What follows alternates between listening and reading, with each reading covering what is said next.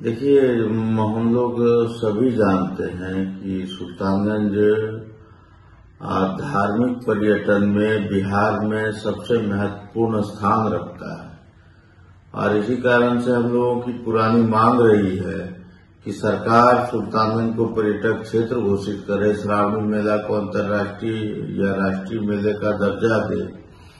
हम लोग देखते हैं कि बगल में हमारे यहाँ मोहद्दीपुर एक गांव है। मोहद्दीपुर में जो मेला लगता है, दुर्गा मेला, उसको राष्ट्रीय मेले का दर्जा मिल जाता है और परबत्ता ब्लॉक में है मोहद्दीपुर गांव, उस पार खगड़िया में। और श्रावणी मेला, जिसमें कि न सिर्फ भारत के वर्ष के कई राज्यों से लोग आते हैं, बल्कि नेपाल, भूटान, थाईलैंड, म्यांमार, श्रीलंका जैसे पूर्वी एशिया के देश के भी लोग यहाँ भारी संख्या में आते जाते हैं। बावजूद इसके मुझे ये समझ में नहीं आता कि आज तक सुल्तानगंज को राष्ट्रीय मेले का दर्जा नहीं मिला। हम लोगों की लंबी मांग के बाद 2-4 साल पहले राजकीय मेले का दर्जा श्रावणी मेला को मिला, लेकिन हम लोग सिर्फ उससे संतुष्ट नहीं हैं।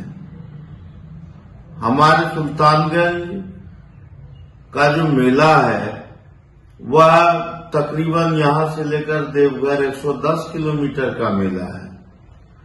श्रावणी मेला कॉरिडोर है, कंप्लीट कॉरिडोर है। उस पूरे कॉरिडोर के डेवलपमेंट की बात है, टूरिज्म की बात है, इंफ्रास्ट्रक्चर की बात है और इन सब चीजों में जो हील हवाला दिखती है उसका मूल कारण है राजनीतिक नेतृत्व। राजनीतिक नेतृत्व को यह समझ नहीं है कि करोड़ों के धार्मिक पर्यटक के जगह होने के बावजूद